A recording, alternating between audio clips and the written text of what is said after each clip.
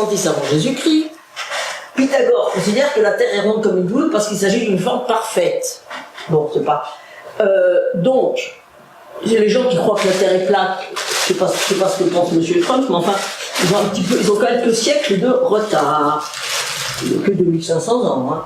Voilà. Bon, Aristote donne des preuves, en particulier l'ombre de la Lune, lors d'une éclipse de Lune. Alors ça, voilà, ça c'est une image qui est dans le livre de Pierre Appian, hein, Appianus, voilà, dans la Cosmographia. Alors elle existe en latin, elle existe en français, elle est en français. Cette figure démontre que la Terre est ronde. Si la Terre était carrée, l'ombre d'Icelle, parce que c'est toujours pareil, les livres de... Enfin, toujours pareil, non, mais... Donc ça, c'est du 1584. Les livres de science à cette époque paraissaient d'abord en latin et après en français, ou la langue du pays. Donc, je ne sais pas. Bon, voilà. Donc, si la Terre était carrée, l'ombre d'Icelle produite de cette forme, produite de cette même forme dans l'éclipse de la Lune.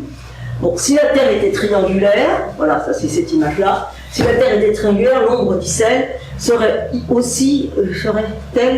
en l'éclipse triangulaire? Si la Terre, je croyais que c'était plus net que ça. Je suis désolée. Si la Terre avait 6 angles, son ombre en l'éclipse de la Lune sera de la même forme. Bon, puis donc, que l'ombre du monde est ronde au temps de l'éclipse, il faut dire que je sais pas quoi, de la Terre est ronde. Voilà, et ils ont mis l'image en haut. Bon, là, il y a un peu une erreur.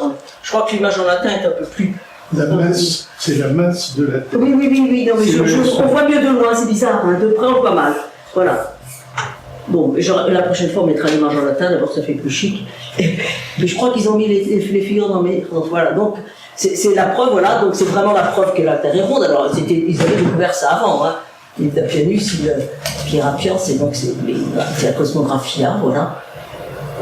Bon, alors, en moins 230 avant Jésus-Christ, enfin, grosso modo, hein, Ératosthène mesure un méridien et donne une valeur rapprochée du rayon terrestre. Alors, l'expérience d'Ératosthène, voilà, Ératosthène, peut-être, voilà. Donc, la première expédition connue pour la mesure de la Terre est l'expédition d'Ératosthène, donc, voilà, à peu près, quoi. Deux siècles avant Jésus-Christ, 2 siècles avant Jésus-Christ, 285, 194, c'est quand même une erreur assez grande ça. Je ne sais pas si j'ai pas fait une erreur, enfin c'est égal. Voilà. Alors, Ératosthène de Cyrène est appelé d'Athènes par Ptolémée III pour être précepteur de son fils, le futur Ptolémée IV, et pour être conservateur de la bibliothèque d'Alexandrie. Les centres d'intérêt sont multiples, histoire, poésie, grammaire, mathématiques et astronomie. Voilà. Alors, il est le premier à avoir donné une approximation, enfin une estimation plutôt, une estimation presque correcte de la circonférence de la Terre. Bon, alors, il apprend que dans une ville d'Égypte qui est Syène, maintenant c'est Assouan, le jour du solstice d'été, les obélisques n'ont pas d'ombre et le soleil se reflète exactement au fond d'un puits, le soleil est alors à la verticale du lieu. Bon, ça veut dire, ça signifie que, ça c'est la définition du tropique. Hein. Le tropique est l'endroit, voilà, où au solstice d'été, le soleil arrive à la verticale. C'est à partir de ce moment qu'on définit les zones tropiques. Donc quand vous êtes entre les deux tropiques, c'est-à-dire au moins une fois par an, le soleil sera à la verticale, au zénith. C'est comme ça qu'on définit le tropique. Hein. Bon. Alors, donc Assouan est sur le tropique. Or, Ératosthène observa qu'il n'était pas de même à Alexandrie, que les objets projetaient une ombre. Il mesura l'ombre d'un obélisque. Alors ça, expliquer ça à partir d'une terre plate, ça devient un peu compliqué. Hein. Et il calcula que les rayons du soleil forment un angle de 7 degrés par rapport à la verticale. Voilà. Alors, il suppose... Bon, alors ça, c'est la Terre d'après Ératosthène. Ça, c'est une carte visiblement du 19e. Hein. Et alors, on voit ici, donc il reprit le monde d'Ératosthène, donc Alexandrie est là. Hein, et puis Syène, c'est là, je pense. Bon, pareil, on ne voit pas bien, on doit mieux voir de loin. Voilà. Je sais pas où c'est, je ne vois pas bien, excusez-moi, mais j'ai cherché. Il donne des cartes à l'Ératosthène, sans vraiment, les villes ne sont pas vraiment très nettes, mais enfin bon, voilà, c'est plus bas. Donc, voilà, ici, ça veut dire que, alors, il fait l'approximation qui est tout à fait valable, que, compte tenu de la distance du Soleil, les rayons sont parallèles, hein, et donc, du moment que ça arrive au fond du puits, c'est à la verticale, à Syène. Donc, et à Alexandrie, il peut calculer l'angle, hein, et il voit donc l'angle parallèle, etc.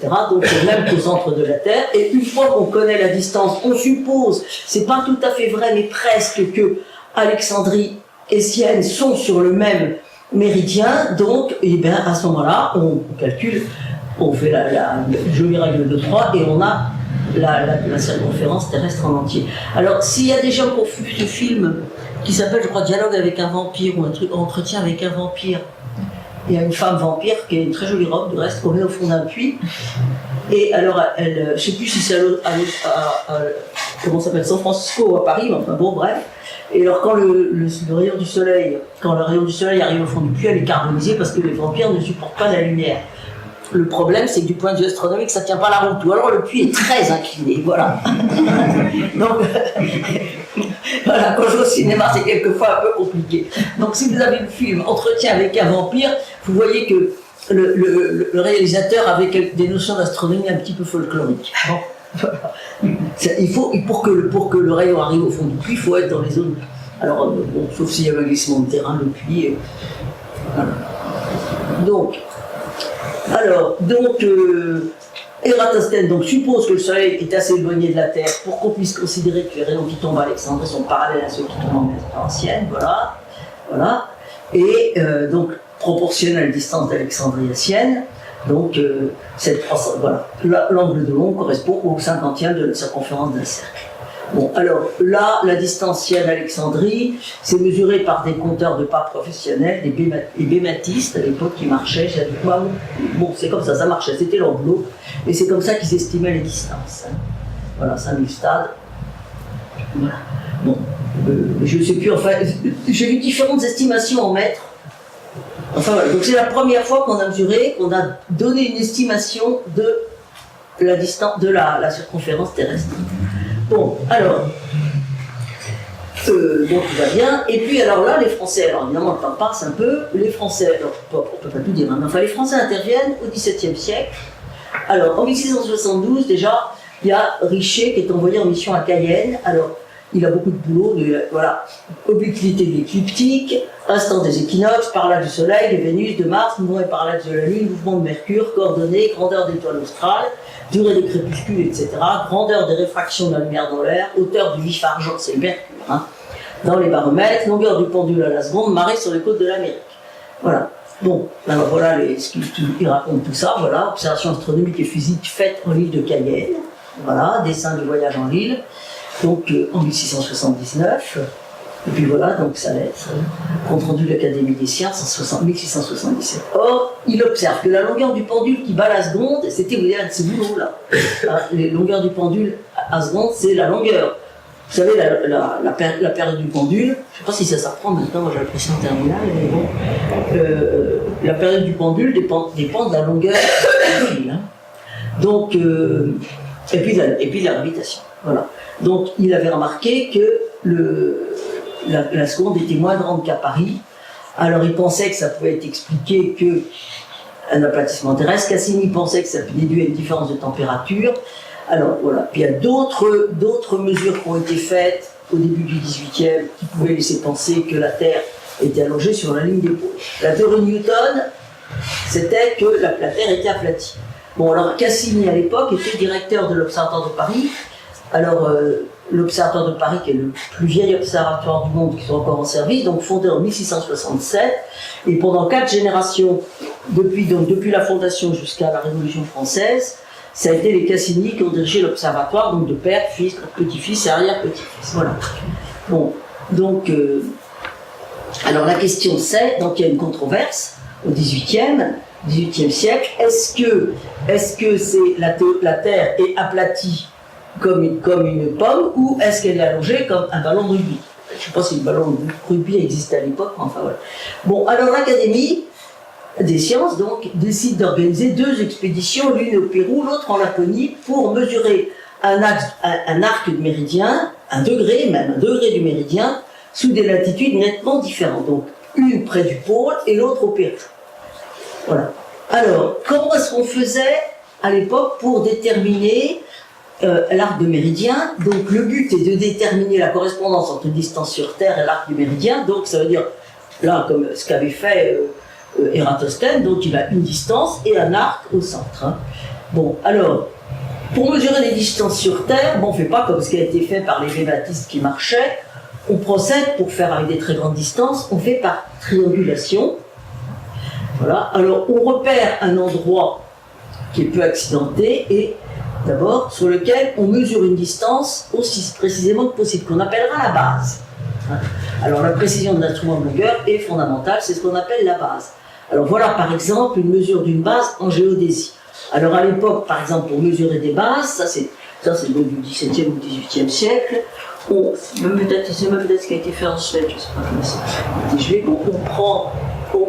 On a deux barres, on les met l'une on tend avec une corde pour vérifier qu'elles sont bien dans le prolongement l'une de l'autre. Après, on prend la première, on la remet derrière la deuxième, etc. Donc on mesure ainsi plusieurs kilomètres dans un terrain donc le moins accidenté possible. Et généralement, on fait refaire la mesure par une deuxième équipe. Voir si les résultats, pour pas qu'il y ait... Alors ça, c'est évidemment la façon la plus simple. Après, on fait évidemment autrement, des lasers et toutes cette sortes de choses, mais après, on a fait également sur les barres, il y avait des systèmes d'alidade, enfin, de façon à vérifier des viseurs qui permettaient de vérifier qu'elles étaient vraiment alignées. C'était vraiment les méthodes. Après, on a fait quand même, on s'est arrangé avec des viseurs pour vérifier que les deux barres étaient vraiment bien dans l'alignement l'une de l'autre. Voilà. Alors, on a donc une distance. Ensuite, on mesure plus que des angles. Donc, on a un système de triangles dont le premier aura la base pour un des côtés. Ensuite, on mesure plus que des angles. Et après, par la trigonométrie, donc, une fois qu'on a un triangle, un côté de triangle et les angles, vous pouvez avoir tous les autres côtés, et de proche en proche, on peut ainsi avoir de très grandes distances. C'est bon? Ça marche? Oui? Alors, je vais vous montrer ce que ça donne. Attendez, voilà. Qu'est-ce que j'ai? Alors, voilà. Voilà, pardon, un système de triangle. Hein. Bon, j'aurais dû en mettre un autre avant. Alors, par exemple, ici, on voit la base qui est mesurée là-haut. Voyez? Et on détermine des angles. À partir de points élevés, avec des instruments spéciaux, on détermine les angles entre deux points. Alors, quand on a fait ces choses-là dans la carte de France, pour la carte de France, par exemple la carte de Cassini, qui était donc en particulier celle-là, généralement en France, on fait ça à partir des clochers des églises. Donc, quand la Révolution est arrivée, les astronomes ont demandé aux révolutionnaires de ne pas démolir les églises, parce qu'elles servaient pour établir les cartes de France, la carte de France. Le système de triangulation était généralement à partir des clochers. Bon, vous pouvez prendre aussi les poteaux des télégraphes ou des choses comme ça. Bon, mais il faut que ça soit un point fixe. Alors, voilà. Et puis, quand les distances à mesurer, donc de triangle de proche en proche, quand les distances sont très longues, pour plus de sûreté, on peut aussi remesurer une autre base à la fin. Là, vous voyez, vous avez une autre base ici. Donc, on mesure une autre base, et puis alors les calculs sont extrêmement amusants, sachant qu'il n'y a pas de machine à calculer, et qu'en plus, il faut tenir compte des différences d'altitude. Voilà. Qu'est-ce que c'est l'avantage de triangle, la méthode d'altitude? Par rapport à quoi? Par rapport à un fil très long. Vous ne pouvez pas faire ça sur 100 km quand même. Parce que les terrains sont accidentés, il n'y a pas. Non, c'est pas. Maintenant, on fait ça avec des systèmes de laser, etc., qui renvoient la lumière ou des choses comme ça, mais à l'époque, non, c'était déjà la mesure de la base. La mesure de la base, déjà c'était quelques kilomètres, 8 kilomètres, quelque chose comme ça. C'est déjà extrêmement compliqué. Et en particulier, les astronomes, on fait ça par deux équipes différentes, et il y a beaucoup de problèmes, à savoir à partir de quand on peut considérer que c'est suffisamment précis pour être utilisé.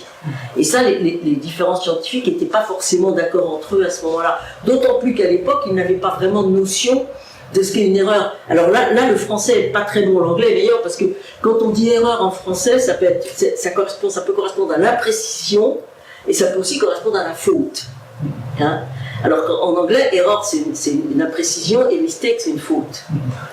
En français, erreur a les deux sens, ce qui fait que c'est un petit peu embêtant, et c'est pas facile d'appréhender ce que c'est qu'une l'imprécision physique. Vous voyez, là j'utilise le terme d'imprécision. Et alors à l'époque, on connaissait évidemment, il y a toutes les théories sur les erreurs, les erreurs en physique, donc l'imprécision, etc. Il y a des tas de calculs qui existent, des tas de théories qui ont été développées sur ce sujet-là qui n'étaient pas à ce moment-là. Et il y a eu des quantités justement de problèmes avec les astronomes, ceux qui correspondent. Est-ce que j'ai fait une faute? Est-ce que j'ai pas fait une faute? Est-ce que la méthode. Est-ce que. Bon, moi je suis bon, mais lui il est mauvais. Enfin, des choses comme. Il y a eu des histoires comme ça. Voyez-vous, c'était très compliqué. Bon, alors, voilà. Donc, alors après, on mesure des angles. Pour avoir la distance, l'angle, à ce moment-là, on peut par exemple faire des mesures de l'étoile polaire. Entre deux lieux, la mesure de la hauteur de l'étoile polaire, la différence vous donnera bien la différence de latitude entre les deux lieux. Hein? Donc ça se fait avec des étoiles. Alors voilà, c'était. Alors, je dois dire tout de suite que le costume, c'est très chouette, c'est très beau, mais je défie quiconque d'observer avec un costume comme ça. Hein? Parce que d'abord, la nuit fait froid, toujours. Hein? Et en plus, sauf dans certains pays, voilà. Peut-être, bon, aussi en Provence, l'été ça peut aller, mais enfin bon. Et en plus de ça, il y a quand même des tas de pitonios, ces machins, ça s'accroche partout, enfin non, ça va pas du tout. Donc ça, c'est très chic, mais c'est pas du tout des costumes d'observateurs la nuit. Hein. C'est très élégant, c'est sûr. Bon, je trouve ça très marrant. Je trouve ça trop marrant. Voilà. Donc, alors, là, vous voyez, ils observent en haut. Hein. Alors, ce genre d'instrument, par exemple, là, on a des systèmes de verticales, de lignes à plomb, de fil à plomb pour bien vérifier la verticalité de l'instrument, etc. D'autant plus que les instruments qui vont sur le terrain.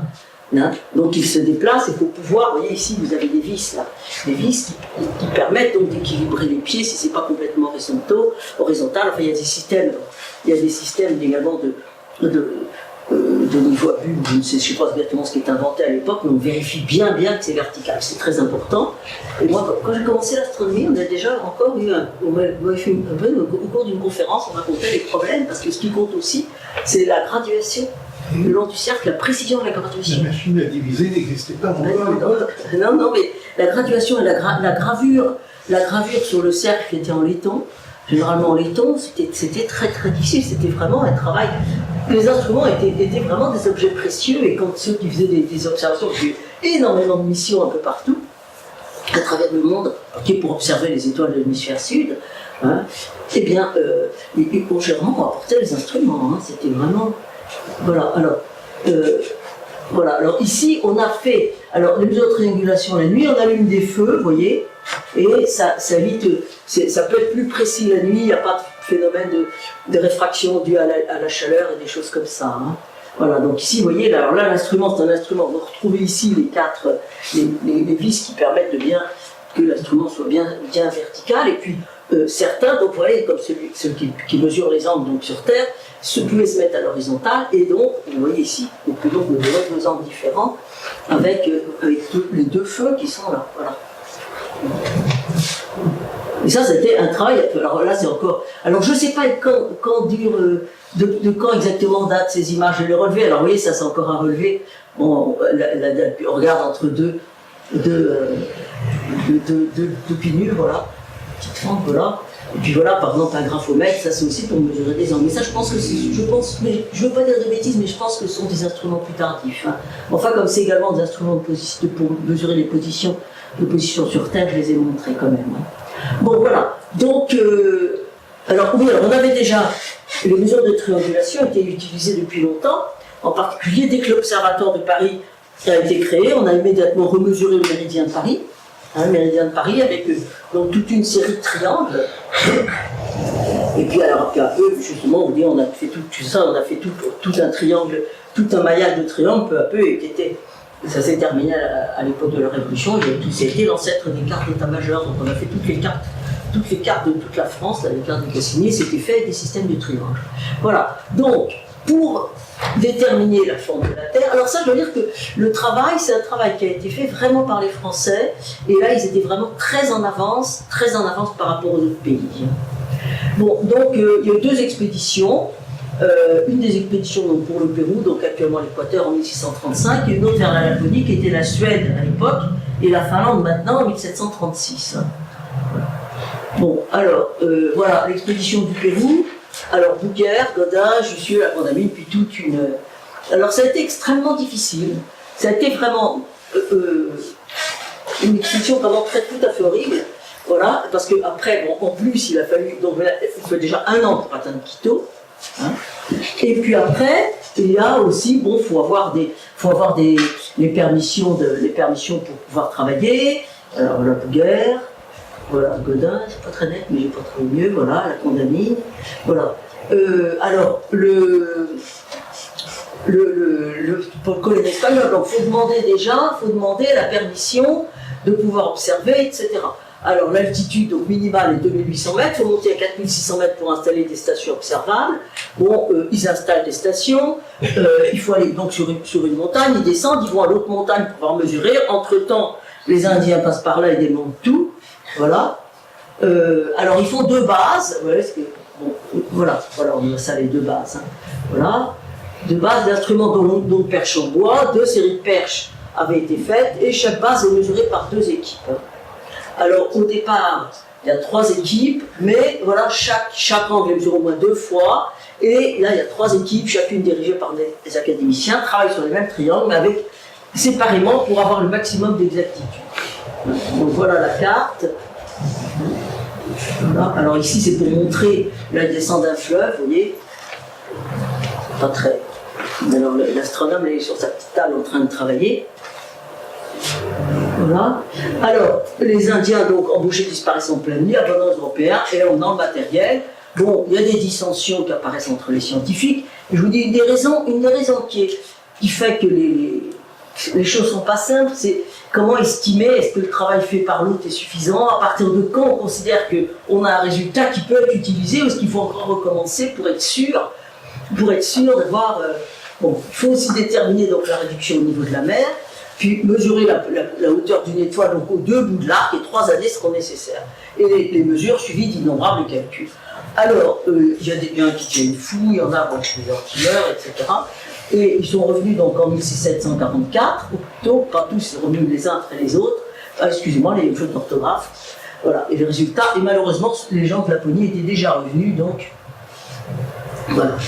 Alors, donc l'expédition à Laponie, il y a eu donc Maupertuis, Clairaut, Camus, Lemonnier, l'abbé Houtier, Celsius, donc qui n'était pas un Français, mais qui était donc un Suédois. Bon, voilà, la mission part de Dunkerque, alors non, c'est beaucoup plus près, hein, arrive à Stockholm. Alors, on fait les triangulations, la base est mesurée donc sur un fleuve gelé, c'est l'image que je vous ai montrée tout à l'heure. Voilà.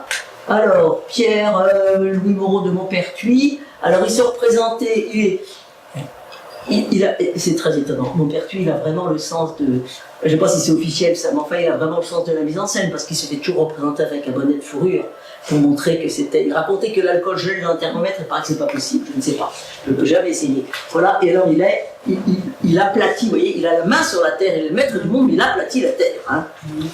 Voilà. Bon, alors ça c'est Clairaut, c'est un carmentel qu'on connaît bien, voilà. Oui, mais j'arrive pas toujours à avoir des images, celle-là elle est belle, mais les autres sont pas trop belles, et Celsius. Alors Celsius, c'est celui qui a qui a déterminé la température de Celsius, mais à l'époque, lui, c'était à l'envers, le 0 était la température de l'eau. Bon. Alors, arrive donc de Dunkerque le 7 mai, bon, je reviens en arrière, alors, excusez-moi, je fais 2 fois la même chose. Voilà. Alors, les conditions sont dures, mais beaucoup moins que celles du Pérou. Hein. Oui, ils ont été très embêtés avec les moustiques aussi. Alors, Maupertuis ramène en France de Lapone, ça s'est mal passé pour elle, je crois. Ça s'est terminé plus ou moins avec la psychiatrie, enfin, à l'époque, ça ne s'appelait pas comme ça. Puis en plus, il y avait quand même un abbé dans l'histoire, il n'avait pas beaucoup apprécié ce genre de fantaisie, nous dirons. Voilà. Et la conclusion, c'est que la Terre est aplatie suivant la ligne des pôles. Voilà. Alors voilà, ça c'est un dessin. Voilà les conditions des astronomes en Finlande. J'avais une exposition sur. Il y a quelques années, il y avait une exposition sur la peinture suédoise au XVIIIe siècle. Je ne sais plus où c'était, c'est au Grand Palais ou au Petit Palais. Et ils avaient reproduit, ils montraient justement cette gravure-là avec le traîneau correspondant, un traîneau du même type que celui-là. Voilà. Alors voilà donc les fleuves sur lesquels ils ont travaillé. Voilà. Et puis voilà, un timbre, je ne sais pas de quand il date, ce timbre qui montre donc voilà Maupertuis d'un côté, la Condamine de l'autre. Alors quelques livres. Alors Sur l'expédition du Pérou, vous avez, bon, il y en a eu d'autres, hein, mais c'est pas extraordinairement connu. C'est ça qui est vraiment dommage. Parce que moi j'avais lu un bouquin qui s'appelait le Méridien de Londres, et il disait que les Français étaient beaucoup plus avancés que les Anglais pour la mesure de la Terre, la mesure du méridien, etc. Et que par conséquent, ils auraient dû avoir le méridien origine que les Anglais ont eu en s'associant. Mais le livre est fait par un Anglais, hein, s'associant, et c'est les Américains qui sont associés avec les Anglais en 1886. Voilà, c'est pour ça qu'on a perdu le méridien. Voilà, donc, Condamine, alors il a écrit son livre, donc c'est hérédité. Si vous trouvez une édition originale, tant mieux pour vous. Voyage sur Amazon. Le procès des étoiles, parfaitement, un bouquin très très bien fait, mais extrêmement déprimant. Et la femme du cartographe, qui est paru il n'y a pas longtemps, il y a quelques mois. Je ne l'ai pas encore lu, je dois traîner dans mes affaires. Voilà. Ouais, alors, en Laponie, il y a donc le journal de l'abbé Houtier, La Terre Mandarine. Pareil, c'est hérédité. La femme. Parce que Odin s'était marié, Odin des Odonais s'était marié, Godin des Odonais s'était marié, et je ne sais pas pourquoi sa femme a mis très très longtemps à le retrouver. Enfin, mais voilà, c'est une histoire d'amour très belle. Voilà, une histoire vraie d'amour, de meurtre et de survie en Amazonie. Bon, alors celui-là est difficile à trouver. Et alors celui-là. Pierre Martin, c'est. Oui, bah, je pense, oui. Mais je ne sais pas, je l'avais acheté avant, je l'avais acheté un peu par hasard avant. Voilà. Alors, mais c'est une petite édition. Une petite édition, et les images sont bien, c'est bien fichu.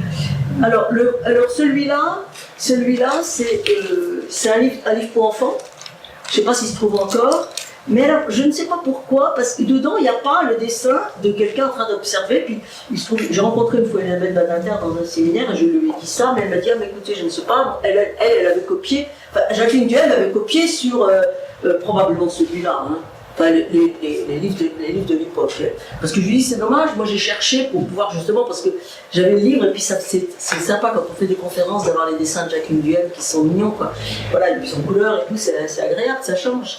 Voilà. Bon, alors après, on sait que la Terre est aplatie, voilà. Alors, établissement du système métrique, on recommence à remesurer la Terre. Bon, le gouvernement de la Révolution, alors on a entre-temps, on a remesuré plusieurs fois, le méridien de Paris avait été remesuré, hein, plusieurs fois, donc depuis la fondation de l'Observatoire, etc., plusieurs fois. Bon. Alors, une des demandes de la Révolution, quand il y a eu les cahiers de doléances, il y avait ce qui était très compliqué, en particulier, une des choses qui était vraiment très, oui, là j'aurais dû mettre un S à mesure, qui était tout à fait une demande très très très fréquente, était que les systèmes de mesure soient uniformisés à travers le royaume. C'est-à-dire que quand vous achetiez quelque chose, que ce soit du tissu, que ce soit du grain, etc., dans une partie de la France, et ben, quand vous receviez, si ce n'était pas la même unité, que ça pouvait être quelquefois intéressant, mais quelquefois pas du tout. Vous pouvez en avoir moins que ce que vous pensiez. Hein. Et en plus, c'était très très compliqué. Les unités de longueur, le plus souvent, c'est défini comme ça. Hein. Mais évidemment, il faut encore. Non, c'est vrai. Ça correspond à peu près à un pas. Enfin, non, en gros, c'est ce qui est plus facile pour la mesurer la longueur des tissus. Hein. Puis ça correspond, c'est une unité qui est commode. Alors évidemment, moi, je n'ai pas la même que vous, par exemple. Vous n'auriez pas la même longueur que moi. Donc, c'est un ordre de grandeur, disons. Voilà. Alors, en fait, il avait été proposé plusieurs. Alors, on a mis les astronomes de travail, plusieurs. La convention, c'est la convention qui a fait ça. On avait proposé donc soit une certaine fraction de l'équateur terrestre, soit la longueur d'un pendule battant la seconde à la latitude de Paris. Hein, on savait très bien que c'était pas tout à fait la même chose, puisque la Terre était aplatie, c'est à partir de là qu'on s'était rendu compte que la Terre n'était pas complètement sphérique. Hein, soit une certaine fraction du méridien terrestre. Alors, comme le but était d'avoir une mesure universelle, on ne voulait pas favoriser certains habitants au détriment d'autres, la définition à partir du méridien, oui, il y en a un orthographe qui manque, voilà, c'est pas grave, a été choisie. Voilà, donc, il faut. Alors, ce que je trouve très rigolo, c'est qu'on veut que ça soit. Et en fait, ils ont presque complètement réussi, hein, presque complètement, on va voir tout à l'heure. Donc, on veut que ça soit une mesure universelle, c'est tout à fait louable et bien et intelligent. mais en ce qui s'agit du calendrier avec les noms des mois, hein, niveau pour le mois de décembre, en France ça va, parce que niveau ça veut dire la neige, hein, mais en Australie c'est pas tout à fait ça. Voilà, donc voilà. Alors, donc la mesure d'un degré de méridien avait été réalisée depuis longtemps, il y a plusieurs reprises, mais alors on a voulu remesurer la Terre, puisqu'on a décidé donc une certaine 40 millionième partie du quart, la 10 millionième partie du quart du méridien terrestre. Hein. Donc, il fallait connaître donc, la valeur du méridien, on le connaissait, mais on a voulu recommencer les mesures parce qu'on avait un nouvel instrument, le cercle répétiteur, qui permettait de diviser les erreurs dans l'imprécision. Voilà. Alors voilà un cercle répétiteur. Hein. Et voilà le cercle répétiteur. Alors on faisait plusieurs mesures et puis on faisait tourner le cercle, donc ça permettait d'avoir de diviser la précision par les mesures, hein, par le nombre de mesures. Donc voilà, alors je crois que c'est lui qui a servi à Paris, même je ne sais pas pourquoi l'observatoire de Strasbourg. Bon, alors une nouvelle mesure je crois que c'est l'observatoire de Strasbourg, mais bon, une nouvelle mesure du méridien où on recommence donc à la longitude de Paris, donc on remesure le méridien, donc de Dunkerque à Barcelone, et il y a donc deux astronomes qui sont responsables de ça, il y a Delambre et Méchain. Alors Delambre travaille de Dunkerque à Rodez, et Méchain de Rodez à Barcelone. Alors, ça a été très compliqué, il y a eu, bon évidemment c'était un pays en pleine révolution, plein chaos, quand vous arrivez, des gens qui arrivent dans un pays où ça ne se passe pas bien, bon, la révolution ça n'a quand même pas été une partie de plaisir tout le temps, hein. Voilà, et quand les gens arrivent dans un village où personne ne les connaît, avec des instruments, etc., ça peut pas tout à fait se passer bien. Puis en plus, l'Espagne était plus ou moins en guerre avec la France, ça a changé sans arrêt. Voilà, donc ça a duré 7 ans. Et ça a été compliqué aussi parce que Méchain a cru d'avoir fait des erreurs dans ses mesures, est-ce qu'il n'en a pas fait, etc. C'était un peu difficile, il a fait plusieurs fois les mesures, il n'a pas obtenu les mêmes choses. Donc, et il est tombé malade, enfin bon, finalement, Méchain est mort en Espagne, voilà. Voilà, donc Jean-Baptiste Delambre et Pierre Méchain. Voilà, alors Méchain est mort en Espagne, et puis voilà.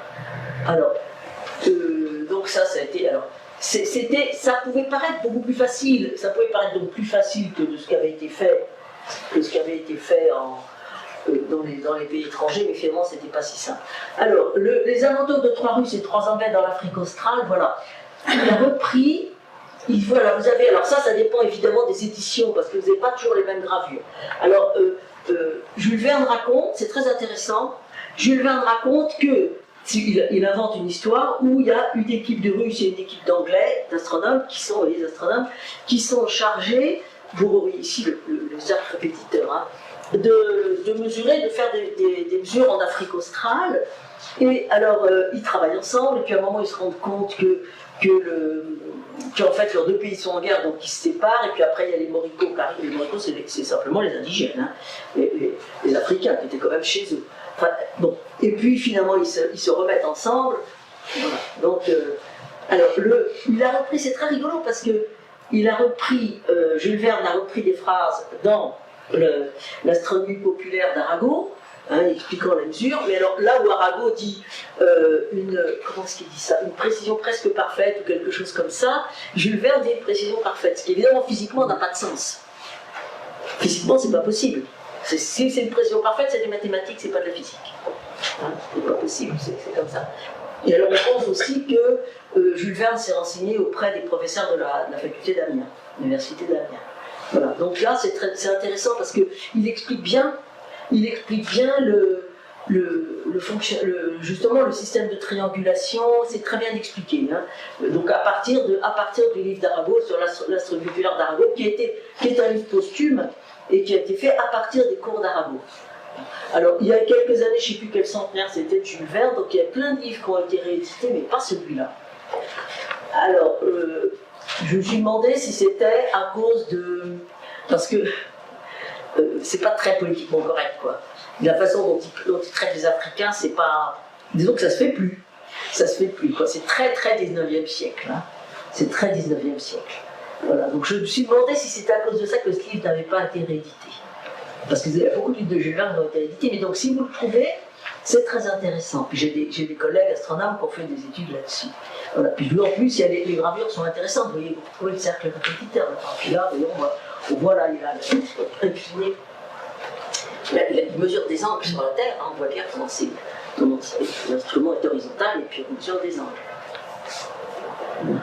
Bon. Alors voilà, donc il donne des résultats. Mais alors on s'est rendu. Alors voilà, il y a une aventure. Alors là, on va quelquefois raconter. Bon, Méchain est mort en Espagne. Si on prolonge jusqu'aux îles Baléares, l'arc est mesuré entre Dunkerque et Barcelone. Le 45e degré parallèle se trouve au milieu de l'arc et les calculs postérieurs se trouvent simplifiés. Parce que des calculs à faire sur une ellipse, c'est pas très très facile. Voilà. Alors, Arago était élève à Polytechnique, on nous propose de continuer ces mesures avec Bio.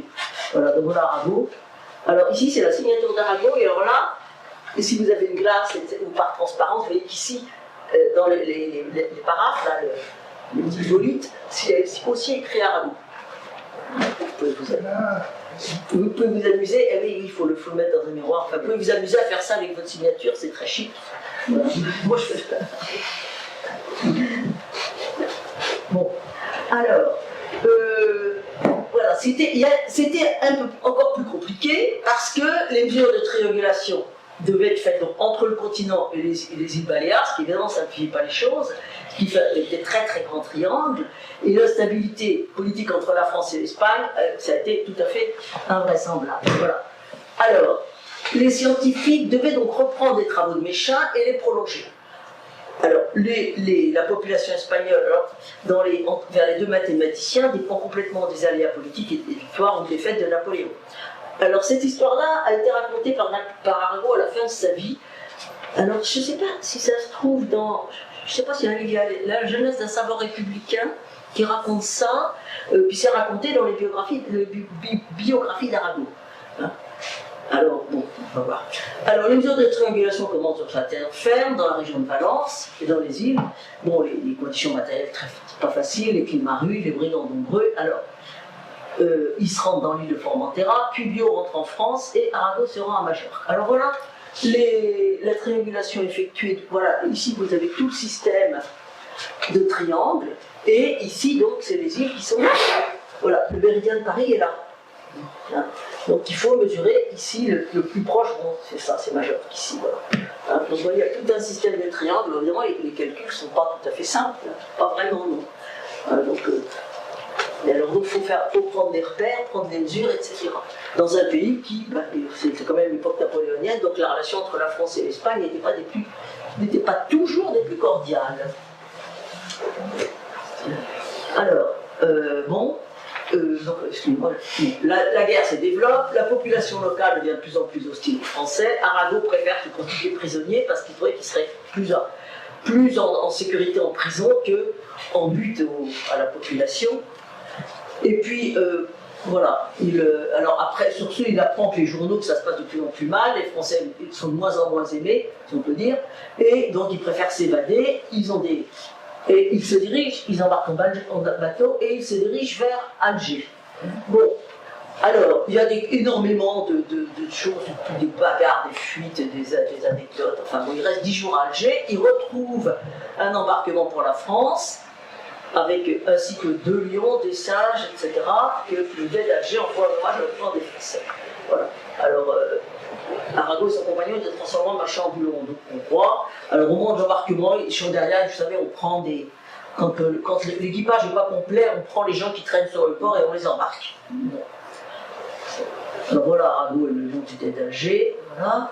Alors, au cours de la traversée, bon, il se rencontre un brick américain. Et donc il leur enseigne en thé, voilà, bon, en café en sucre. Et puis alors il y a un corsaire espagnol qui fait prisonnier le bâtiment algérien, et Arago est ramené en Espagne dans le port de Rosas où il est emprisonné, de nouveau. Bon, il ne faut pas qu'ils disent qu'il est français, les prisonniers sont transférés d'une prison dans une autre, chaque fois plus misérable, et le ravitaillement devient de plus en plus précaire. Alors, il y a un des lions du dé d'Alger qui meurt, Arago décide d'écrire au dé pour lui raconter que ça se passe pas bien. Voilà, il était censé accompagner le lion avec des singes qui cherchent les poux. Bon, alors là il y a une histoire très étonnante de la montre.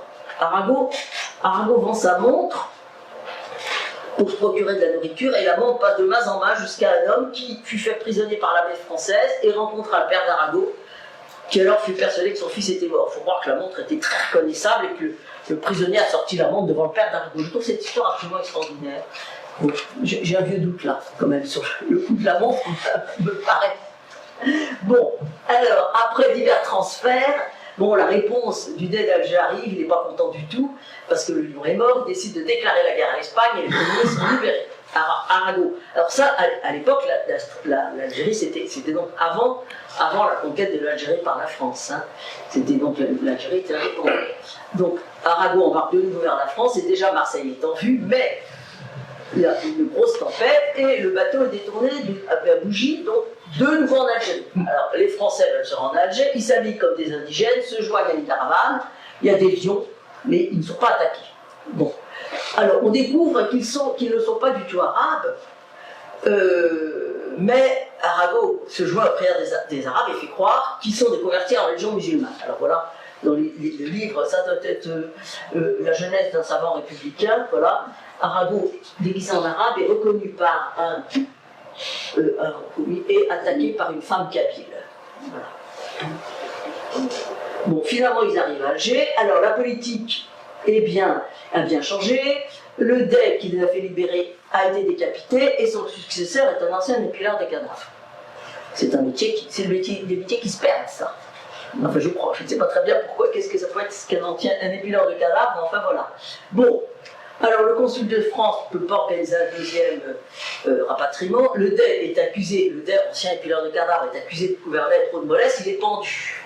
Alors, le troisième Dey monte sur le trône. Alors, ici, il y a un vieux problème de dette dû par la France. La guerre est déclarée entre la France et l'Algérie. Heureusement, le consul de France persuade un marchand de régler la dette et Arago peut embarquer. Bon, il continue, il réussit à échapper une frégate anglaise, mais il arrive à Marseille où ils doivent se plier aux obligations de la quarantaine. Voilà, Arago en quarantaine, voilà. Astronome célèbre, alors simple portier de l'Observatoire de Marseille. Oui, voilà, donc il y a un astronome célèbre qui visite Arago. Voilà. Bon, alors il reste un souvenir de cette extraordinaire épopée. Alors évidemment, ils ont quand même fait le travail. Hein. Un monument avec une statue avait été élevé à la gloire d'Arago en 1893 sur le méridien de Paris, dans le prolongement du jardin de l'Observatoire de Paris. Alors, cette statue donc, a été fondue, vous savez, pendant l'occupation. Beaucoup de statues ont été fondues pendant l'occupation allemande. Hein, il ne restait que le socle. Alors un comité a été créé pour refaire un monument. Alors voilà. Et alors voilà la statue telle qu'elle était. Hein. Et le monument choisi en 1994, c'est sur le mot de l'auteur, l'artiste néerlandais Jan Dibets, un monument imaginaire réalisé sur le tracé du mine imaginaire, le méridien de Paris. Voilà. Alors, c'est un parcours ouvert à travers la ville, matérialisé par 135 médaillons en bronze, mais alors je ne sais pas combien il en reste maintenant. Fixé au sol le long du méridien de Paris, voilà. Donc, et entre le périphérique nord et le périphérique sud, donc traversant certains sites significatifs des 18e, 9e, 2e, 6e et 14e arrondissement, Jardin de Luxembourg, le Louvre, le Palais Royal, les abords de la place Pigalle. Alors, les médaillons sont marqués du nom d'Arago, un N et un S, voilà. Alors, il y a un livre qui a été fait, qui est traduit en français, qui a été un best-seller aux USA, aux Pays-Bas, pardon, c'est-à-dire que les Hollandais, les Néerlandais avaient le livre, et puis allaient, c'était une promenade tout à fait populaire, allaient de médaillon en médaillon, à chaque fois ils indiquent à quoi correspond chaque médaillon, et c'était, voilà. Bon, voilà, quelques médaillons. Alors évidemment, il y en a de moins en moins maintenant, hein, parce qu'au fur et à mesure, quand on refait les trottoirs, évidemment, on enlève les médaillons. Et puis quand ceux qui ont disparu les premiers, c'est ceux qui étaient dans la cité universitaire. Les étudiants se sont fait un plaisir de faire collection. Ils sont quand même assez profonds, enfin bon. Voilà, alors il y en a dans le Louvre. Hein. Il y en a dans le Louvre. Bon, alors ce qui s'est passé. Alors après, oui, alors l'auteur néerlandais, il a trouvé qu'on ne prenait pas beaucoup de soucis de ces œuvres d'art, parce que enfin, c'était lui, c'était une œuvre comment ça s'appelle, un monument non monument, l'art minimal, bon, parce que c'est assez intelligent. Alors, quand en 2000, on a refait donc, des médaillons tout le long de la méridienne de France, puis on avait fait on avait fait ça, c'était pour fêter l'an 2000, il y avait un grand pique-nique avec des tables de Vichy tout du long, enfin c'était le grand truc, alors lui il n'est pas content du tout parce qu'on trouvait qu'on lui a pris son idée, ce qui est parfaitement exact, le reste, à mon avis. Voilà. Bon. Et puis alors là, ce qui s'est passé, c'est que il y a quelques années, je ne sais pas pourquoi, on a voulu refaire un nouveau médaillon à Arago. Pardon, un nouveau monument à Arago. Mais, le problème, c'est que Jan Dibetz trouvait que la statue, donc le socle sans la statue d'Arago, faisait partie de son monument, donc on ne devait pas mettre quelque chose dessus parce qu'il fallait préservation des œuvres d'art, etc. Bon, alors déjà, ça c'était pas simple, alors ils ont décidé de mettre la statue dans les jardins de l'Observatoire. Un petit peu décalé par rapport au Méridien, puisque théoriquement le Méridien appartenait à Jan Dibetz. Bon. Alors, on a choisi, il y avait plusieurs projets de statues, et la statue qui a été choisie, je ne sais pas pourquoi c'est celle-là qui a été choisie, parce que visiblement, au cours de cette... Donc ça a eu lieu, l'inauguration a eu lieu il y a juste un an, et au cours de l'inauguration, les discours, que ce soit du directeur de Polytechnique, qui est quand même un point militaire, et puis le président de l'Observatoire, ils n'étaient pas vraiment enthousiastes, ils disaient bien qu'il n'y avait pas voté pour cette statue. Et comme l'artiste était un type qui avait un truc qui avait fait un machin qui s'appelle, je crois, une machine à caca, ben, les gens du pays d'Arago trouvaient que ça manquait un peu de respect pour leur grand homme. Donc il y a eu une pétition avec un parti beaucoup de signatures, enfin il y en a peut-être plus d'autres, hein, contre cette histoire-là. Puis les gens disent, mais pourquoi c'est... Alors j'ai lu des articles qui disent, pourquoi est-ce qu'il est caché dans les forêts de l'Observatoire, c'est pas Jan Dibetz qui nous embête, c'est pas lui, etc. Enfin bon, alors j'ai pas très bien compris pourquoi c'est ça qui a été choisi. Alors voilà. Alors lui, il a pris une statue d'Arago, je ne sais plus laquelle, celle qui était avant, je crois, et puis alors il a fait un système enfin, une torsion mathématique, et il obtient ces machins-là, il paraît qu'il fait toujours ça. En fait, il fait aussi la machine à caca, ce qui est non, et pas forcément une bonne idée. Alors ça, cette machine représentée donc sur le socle, en fait, elle n'est pas là. Le discours qui n'était pas vraiment d'un enthousiasme fabuleux, il faut le dire quand même,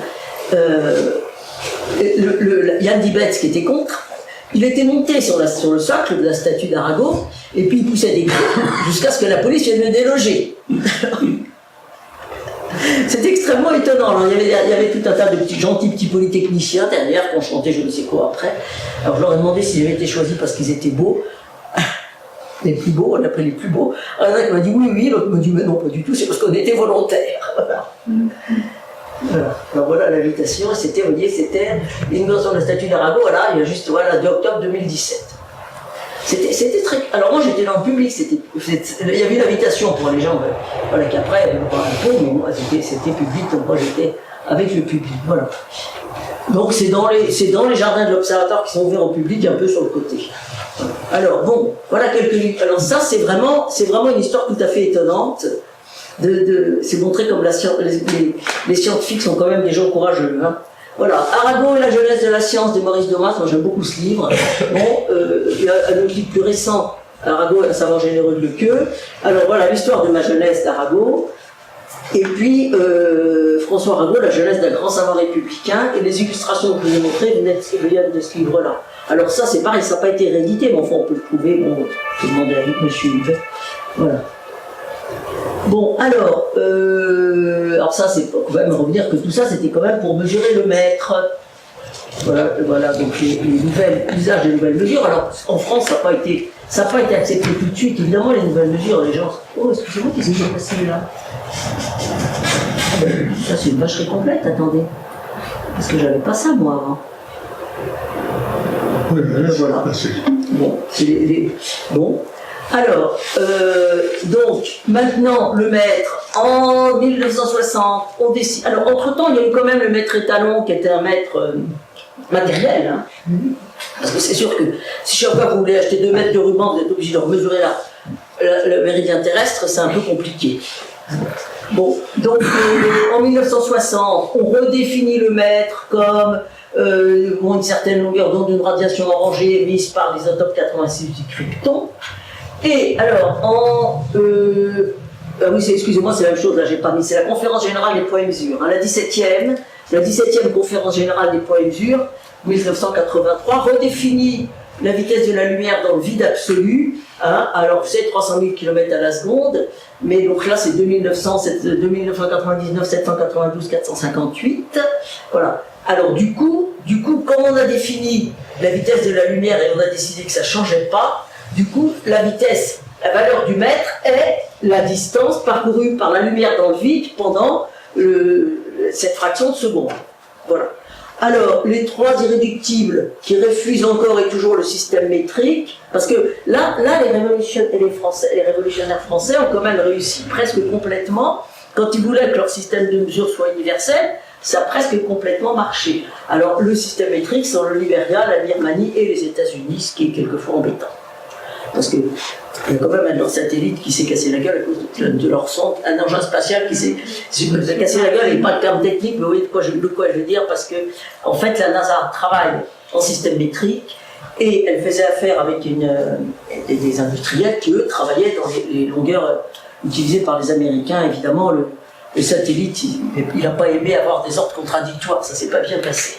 Voilà, donc ça, je sais pas combien de milliers de dollars, millions de dollars ont été écrasés sur la planète Mars, ça je sais plus. Je sais pas le chiffre, enfin. Pour être tout à fait honnête, il faut dire que les conversations à la cantine de l'Observatoire de Paris à ce moment-là n'ont pas été empreintes de la plus merveilleuse charité chrétienne. Je veux dire qu'il y a eu des ricanements du genre ricanement sardonique à la cantine de l'Observatoire de Paris. Ça, faut quand même dire les choses comme elles sont. Hein. Voilà. Alors, j'ai oublié un truc aussi que je n'avais pas pensé à ça. En fait, la Révolution avait aussi défini des angles. Hein. Et alors, ils voulaient, vous savez, il y a eu même des horloges qui étaient des horloges décimales. Et les angles, c'était plus 90 degrés, c'était 100 degrés. Donc le grade correspondait vraiment à ça. Le mètre correspondait, donc une certaine fraction correspondait donc à un grade. Et quand j'étais petite, à 10 ans, c'est ça, hein, en CM2, on nous a changé des degrés en grade et avec les interpolations qu'elle a avec. Et mes tables de log, etc., les tables que l'on servait pour les calculs, il y avait une partie en degrés et une partie en grade. Je ne sais pas si ça existe encore, ça. Si encore les gens. Il y avait ça. Il y avait les tables, les degrés et les grades. Et je vous dis, on apprenait ça quand on a 10 ans. En 10 ans, c'était une enfance très très dure. C'était une enfance très très dure. Bon, alors, voilà. Et maintenant, la Terre apportée par un géoïde, c'est une surface. Bon, c'est à partir de champs de pesanteur terrestre. Voilà. Alors ici, par exemple, si on mesure, alors chaque fois on mesure par rapport par la verticale, c'est-à-dire donc telle qu'est définie par fil à plomb. Hein, voilà. Donc ça peut être, il peut y avoir une déviation de la verticale s'il y a une montagne là, s'il y a une montagne qui et c'est comme ça maintenant qu'on définit le géoïde. Hein. Voilà. Alors très très exagéré. Voilà un géoïde très exagéré. Voilà. Évidemment, c'est par rapport à l'ellipsoïde, c'est pas tout à fait l'ellipsoïde, il y a tous les changements. Voilà. Alors, donc, le point le plus élevé par rapport au géoïde, c'est le point topographique le plus éloigné du centre de la Terre. Hein. C'est le sommet, parce que,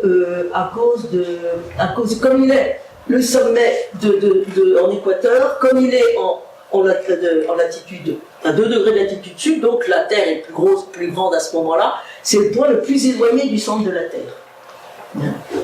Parce que l'Everest étant plus haut en latitude, donc c'est aplati, donc c'est moins loin du centre de la Terre. Donc le point le plus loin du centre de la Terre, c'est cette montagne-là. Voilà. Alors maintenant, pour mesurer, alors il y a des... Bon, ça je suis pas très très bonne pour ça, donc je vais passer rapidement, je ne vais pas dire de bêtises. Hein. Voilà, la géodésie spatiale, donc on mesure, on fait ça avec des tas de différentes techniques.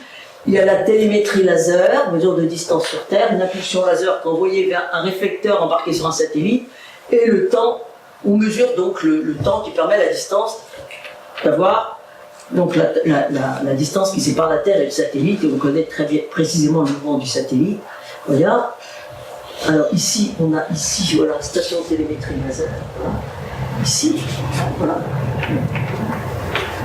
Ici, vous avez aussi, il y a une autre méthode aussi, il y a 3 méthodes principales, l'interférométrie à longue base. Alors à l'origine, c'était pour observer des sources radio lointaines, donc c'était vraiment le VLBI, Very Long Baseline Interferométrie, était utilisé vraiment pour observer des sources radio lointaines, hein, vraiment de l'astronomie, mais on l'utilisait à des fins géodésiques. 2 antennes sont placées éloignées l'une de l'autre, vont recevoir le signal d'un quasar, et qui ne va pas mettre le même temps pour atteindre les 2 antennes, et à ce moment-là, on peut déterminer la distance entre les 2 antennes. Hein. Donc c'est utilisé par exemple pour mesurer le mouvement des plaques tectoniques. Il y a un système aussi basé sur le principe de l'effet Doppler, des stations sur Terre qui émettent des signaux radio vers des satellites équipés de détecteurs qui vont mesurer le décalage Doppler et qui connaissent les coordonnées de différents points de la Terre avec une précision meilleure que le centimètre. Alors, disons cette image, vous les avez ici. Une image de base. C'est très très schématisé. Alors c'est plus là c'est plus. Mais si il y a quand même des astronomes qui travaillent là-dessus, sur le mouvement de la Terre. C'est ce qu'on a fait aujourd'hui là. C'est la conclusion de la. Voilà.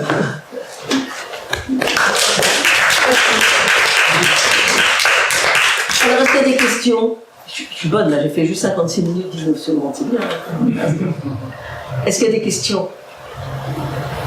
Non, ça va? Bon. Alors la prochaine fois, je ne sais plus qu'est-ce que... J'ai pas noté ici ce que les sujets de la prochaine... Moi j'ai une question, c'est quand même... Oui. Quand on utilise avec les triangles pour faire la trigonométrie... Oui. J'ai pas très bien compris, à partir des bases, qu'est-ce qu'ils mesurent exactement? Enfin, je pense que j'ai compris. Bon, alors pour les bases, ils mesurent les distances. Hein, et je sais pas, j'avais appris une fois que quand on connaît la longueur d'un triangle et 2 angles, vous connaissez forcément le troisième, hein, ça fait 90, la somme des 3 fait 90 degrés. Bon, et avec des très jolies petites figures trigonométriques, vous pouvez avoir les 2 autres longueurs. D'accord? Il y a des formules pour ça. Donc ils mesurent pour mesurer la distance totale. Alors après, vous avez donc vous avez, si je reviens à la figure, on va revenir un peu en arrière.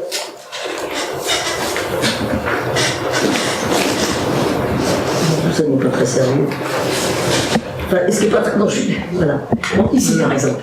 Hein, alors là on n'a pas la base, mais ça fait rien. Bon, imaginons que bon, est-ce qu'il y a la base là? Je crois pas. Bon, imaginons que ça soit ça la base, hein, par exemple.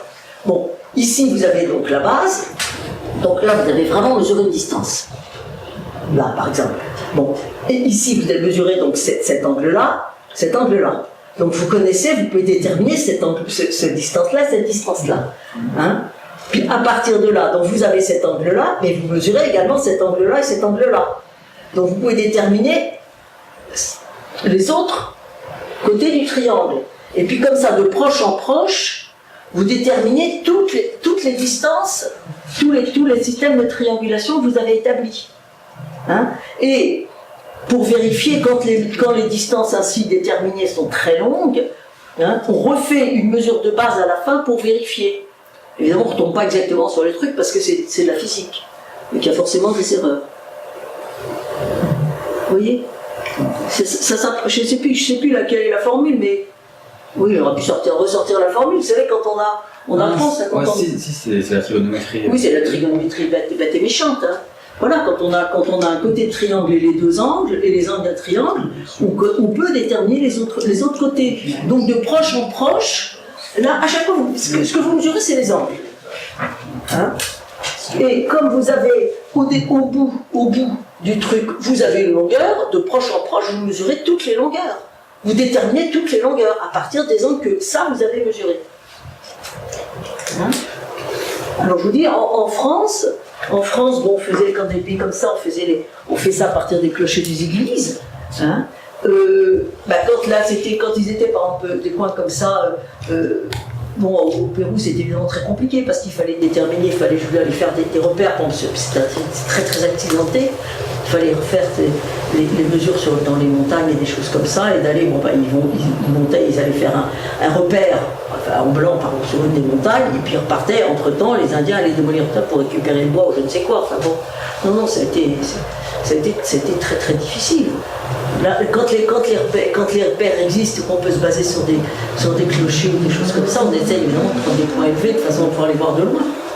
Hein, ou alors on vous dit, on fait aussi, comme la figure qu'on a vue tout à l'heure, on peut aussi faire des feux, parce qu'à ce moment-là, je vous dis, c'est plus facile. La nuit, il n'y a pas la distorsion d'air qui est due à la chaleur, par exemple.